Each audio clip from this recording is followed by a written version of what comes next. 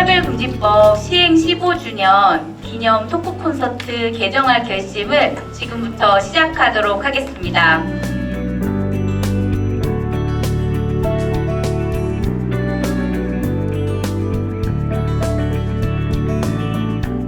장애인 차별금지법이 벌써 시행 15년을 맞이했습니다.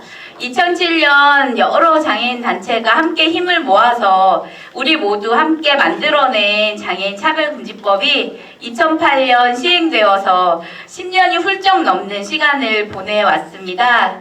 매우 어렵게 만들어진 우리나라에서 처음 평등권을 기초로 하는 인권법으로 그동안 장애인 차별금지법은 실효성에 대한 여러 가지 고민이 있었지만 그래도 많은 역할을 하면서 우리 사회 안에 차별에 대한 감수성을 높이고 평등권에 대한 고민과 장애인 당사자가 내가 받는 차별에 어떻게 대응할지에 대해서 함께 싸워나가는 기준점이 되면서 그동안 사회를 변화시키는데 여러 가지 큰 기점을 만들어 왔다고 생각을 합니다. 그리고 이제 15년이 지난 이 법을 이 새롭게 만들어진 많은 내용들을 담아서 새롭게 그 역사를 써내려갈 수 있는 자리를 오늘 이 토크 콘서트를 시작으로 함께 만들어가 보려고 합니다. 장애인 차별금지법은 우리 사회에 많은 변화를 이뤄냈습니다. 장애인의 권리를 더 이상 시혜와 배려가 아닌 당연히 누려야 할 권리로 인식하는 계기가 되었습니다. 또한 국가인권위는 사회 곳곳에 산적한 장애인 차별 현실을 마주하게 되었고 장애인 차별 시정기구로서 맡은 바 소임을 하고자 노력해왔습니다. 우리가 장애인이 차별받아서는 안 된다는 그 이야기가, 그 말이 이제는 누구도 부정할 수 없는 말이 됐습니다. 15년 세월이 그냥 간 건 아니라고 생각합니다. 그래서 15년이 지난 지금 장애인 차별금지법을 실효성이 있고 그리고 장애인의 현실에 맞는 그리고 좀 더 미래지향적인 법으로 개정할 수 있기를 저희는 다시 한번 꿈을 꾸고 소망합니다. 대한민국의 여러분들과 함께 하고 있는 여러분들과 함께 살고 있는 장애인 당사자로서 저도 장애인 차별금지법 전면 개정에 함께 하겠습니다.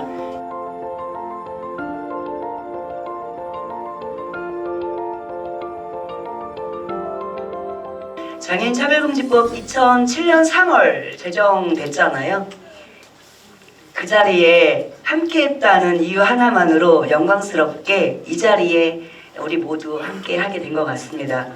그 장애 유형에 관계없이 모든 장애인들이 사회적으로 보면은 어떤 그 편견, 무시, 그리고 이제 부당함, 억울함 이런 걸 느꼈지만 이거를 차별이라는 용어로 표현하는 것은 상당히 일부였습니다. 사실 차별이라는 용어로 대체될 수 있다는 걸 몰랐습니다. 그래서 차별금지법 제정운동의 과정은 투쟁의 과정만이 아니라 차별을 이해하고 인식하는 그런 과정이 우리 스스로에게도 큰 의미가 있었다라고 이렇게 봅니다. 또 정부기관에서는 그간에 없었던 법을 이제 새롭게 제정하는 거니까 굉장히 부담감을 가지고 소극적으로 또 돼 있었던 것은 사실입니다.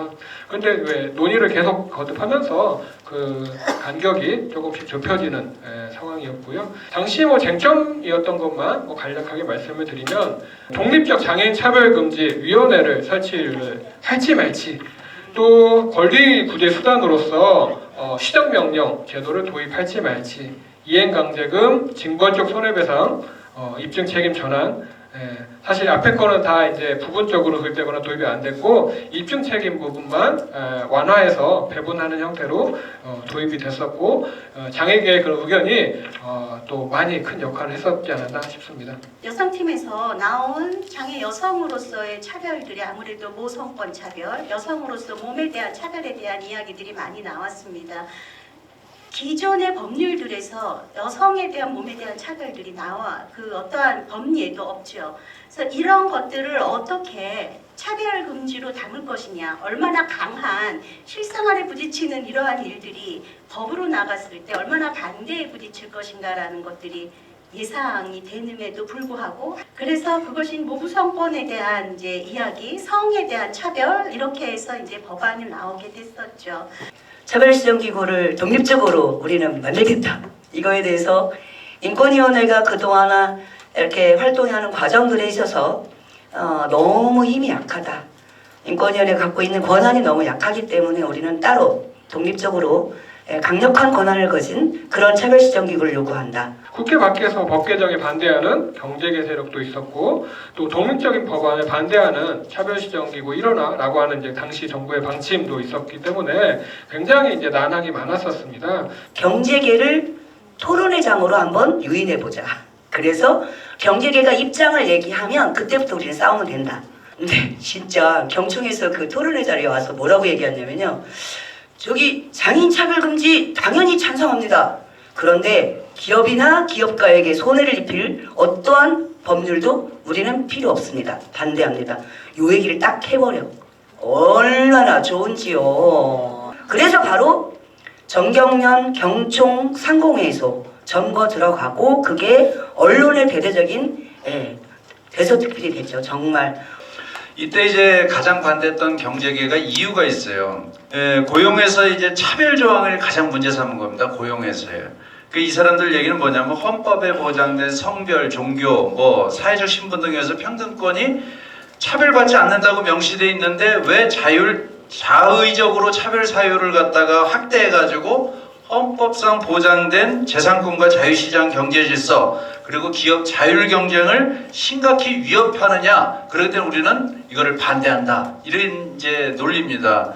어쨌든 법 제정 이후 이제 15년이 지났습니다. 근데 그 장애인 단체들의 활동과 성과는 장애인 차별금지법 관련해서 어떤 것들이 있는지 그리고 향후 과제는 무엇일지 앞으로 한 2년 정도만 우리가 이 법이 만약에 개정되고 난 뒤에 1년이나 후에 반드시 모든 국가 및 지방자치단체 상대로 도서 지역에 있는 그죠 외지에 있는 장애인 사람들이 이 내용을 모르는 것 자체가 국가 및 지방자치단체가 장애인을 차별한 거다라고 하는 내용들을 만들어낼 수 있는 시간이 됐으면 좋겠습니다. 그간 민사에서 뭔가 이제 차별 행위가 있었을 때 그냥 손해배상 청구 외에는 할 수 있는 방법이 없었어요. 근데 장애인차별금지법의 근거 조항이 법원에서 차별 시정을 위한 적극적 시정 조치 명령을 할 수 있는 권한이 법원에 부여가 되어 있었습니다.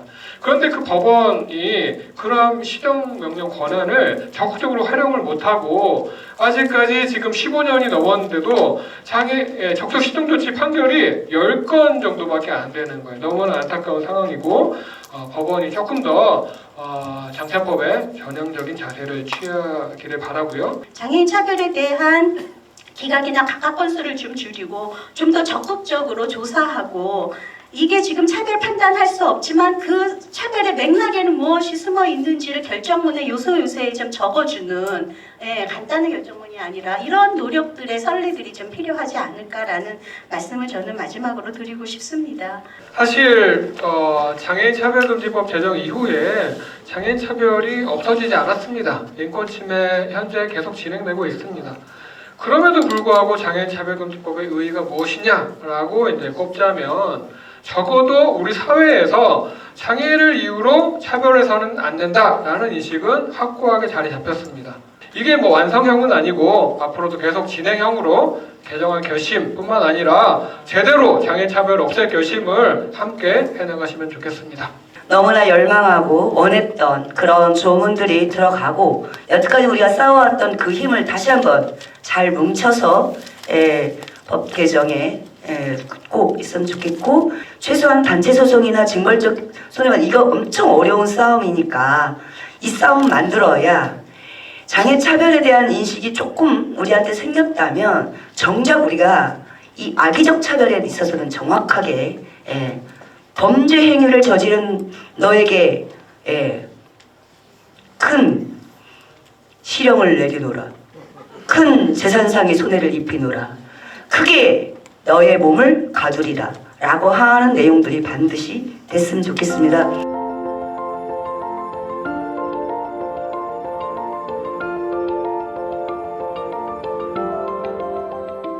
개정 논의를 처음 시작을 했습니다. 그리고 1년여의 시간 동안 장애인 차별금지법에 대한 새로운 법안들을 만들어서 저희가 오늘 이 자리를 통해서 처음으로 발표를 하려고 합니다. 말 그대로 저희가 넣고 싶은 거 다 넣었습니다. 15년 전에 넣지 못했던 것들 전부 다 집어넣었고요. 법이 좀 더 실효성 있게 장애인에게 가까이에 있는 법으로 활용될 수 있도록 하기 위해서 필요하다고 생각되는 것들을 모두 다 넣어서 새로운 법을 만들어 봤습니다. 일단 재정 과정에서 반영되지 못한 내용들은 반영을 했는데요. 직원적 손해배상에 대한 내용 그리고 사회적 정의를 바탕으로 한 장애인 개념 부분은 이 개정안에서 반영을 하고 있습니다. 법무부에서 관련해서 보편적인 단체 소송과 관련된 법안을 마련하고 있다고 해서 만약에 그 법안이 통과가 된다면은 그냥 장애인 차별금지법에서 한 조항 정도 추가해서 그런 부분들을 반영할 수는 있을 것 같습니다. 그 차별 판단의 실효성을 강화하는 부분도 이번 개정안에서 주로 좀 관심 있게 본 부분입니다. 그래서 기존과 관련 기존 차별행위 판단하는 과정에는 뭐 장애를 사유로 아니면 정당한 사유 없이 이런 내용들이 담겨 있었는데 그러한 내용들을 삭제하는 방향으로 법안을 만들어 봤고 그러다 보니까 결과적으로 장애인 지금까지는 장애를 이유로 한 차별을 금지하는 법이었는데 이 새로운 개정안에서는 장애인에 대한 차별을 금지하는 법으로 이렇게 바뀌게 되었습니다. 정당한 사유 없이가 사실은 법의 취지하고는 다르게 너무 폭넓게 많이 장애인을 차별하는데 그 근거로 사용되고 있어서 그 부분은 조금 줄이는 방향으로 개정안을 마련했습니다. 두 번째 기존 장애인 차별금지법의 문제점은 굉장히 많은 내용들이 시행령에 위임이 돼가지고 실제로 법의 취지가 반영되지 않는 문제점들이 있었습니다. 이러한 문제점들을 해결하고자 기존에 있던 법안의 단계적 적용 범위 그리고 정당한 편의의 내용을 시행령으로 위임한 것들은 모두 삭제하는 방향으로 개정안을 마련했습니다. 그래서 실제로 법에서는 이런 국가나 지방자치단체의 의무를 규정하고 있지만 실제로 이런 것들이 실효적으로 법원에서도 인정받지 못하는 그런 문제점들을 개선하고자 법안에서는 그 국가나 지방자치단체의 의무를 강화하는 방향으로 좀 개정안을 마련했고 또 국가나 지방자치단체가 정책을 수립하는 과정에 장애인이나 장애인 단체의 참여를 보장하는 내용도 개정안에 담아 보았습니다.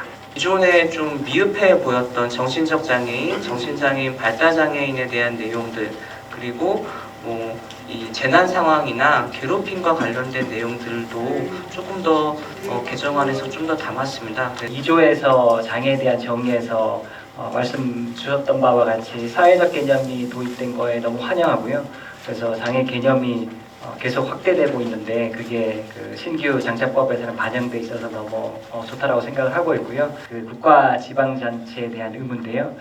그 보시면 아시다시피 여기 보시면 권위공호 장애 차별에 대한 교육에 대해서 얘기를 하고 있고요. 다들 아시다시피 인식 개선이나 그 장애인 복지법에 의하고 장애인 그 직업재활법에 의해서 현재 인식 개선을 많이 하고 있는데 추후에 이게 개정된다면 요거에 대한 구분이나 좀 명확히 좀 해야 되지 않을까 싶습니다. 실제로 직장 내에서의 이러한 그 공공기관뿐만 아니라 일반 사기업이나 전체적으로 내부에서 쓰고 있는 망이 접근이 안 돼서 특히 이제 시각장애인들이 불이익을 받는 부분 이런 부분들 한번 고려를 좀 해보시면 좋을 것 같아서 제시를 했고요. 자립생활하고 탈시설인데 이게 제시가 돼 있는데 장차법의 목적이나 취지에 좀 맞는지 약간 의문이 들어서 자립생활이나 탈시설에 대한 개념이 어떻게 녹아 들어갈지 조금 더 고민이 필요하지 않을까 싶어서 제시를 해봤고요. 저는 이제 1조에 대한 기본적인 부분은 동의를 하면서 이번에 개정안에 보니까 제9조의 이 법 적용의 원칙이라는 조항들이 이제 신설되었던데 거기에 우리나라가 비준한 장애인 권리 협약에 관한 내용이 좀 들어가는 것이 필요하다. 그래서 이 법의 적용은 우리나라가 비준한 장애인 권리 협약에 부합해야 한다라는 것을 명시적으로 넣는 것을 저는 제안합니다.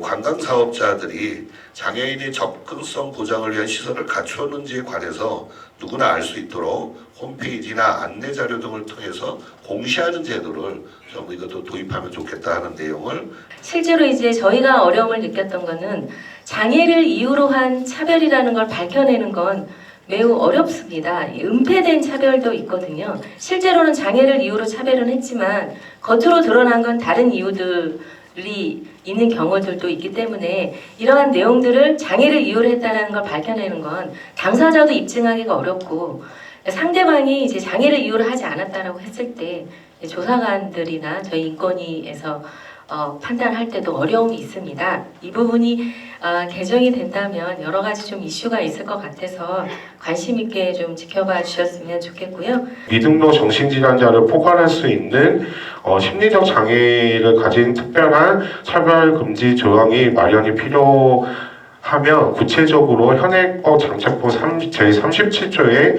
정신적 장애를 가진 사람에 대한 차별금지 조항을 구체화하는 것도 또 하나의 방법이 될 수 있다고 저는 생각합니다. 제가 이제 장착법 개정안을 이제 살펴봤는데 제3조의 19조의 탈시사 정의가 포함이 되어 있는데 여기에도 정신장애인에 대한 탈원화를 포함시키는 것과 필요성이 있으며 정신장애인이 정신병원에 입원했을 때 격리, 감박, 통신의 자유, 제한 등 특수 유형의 장애인의 학대 내 차별에 대해서도 금지하는 조항이 장착법에 좀 포함이 됐으면 좋겠다라고 생각을 하였습니다.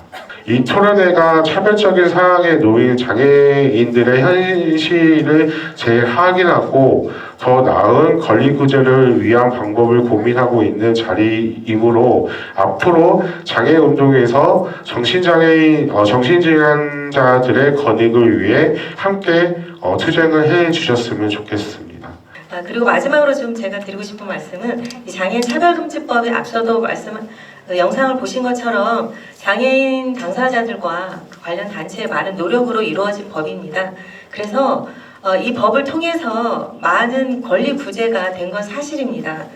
당부 말씀드리고 싶은 건 많은 분들이 이 법에 관심을 가지고 인권위만 관심을 갖고 장애인 장출연만 관심을 갖는다고 되는 게 아닙니다. 여기 참여하신 모든 당사자분들과 관련 단체가 많은 관심을 가지고 장착법 개정에 많은 힘을 좀 쏟아주셨으면 하는 바람입니다.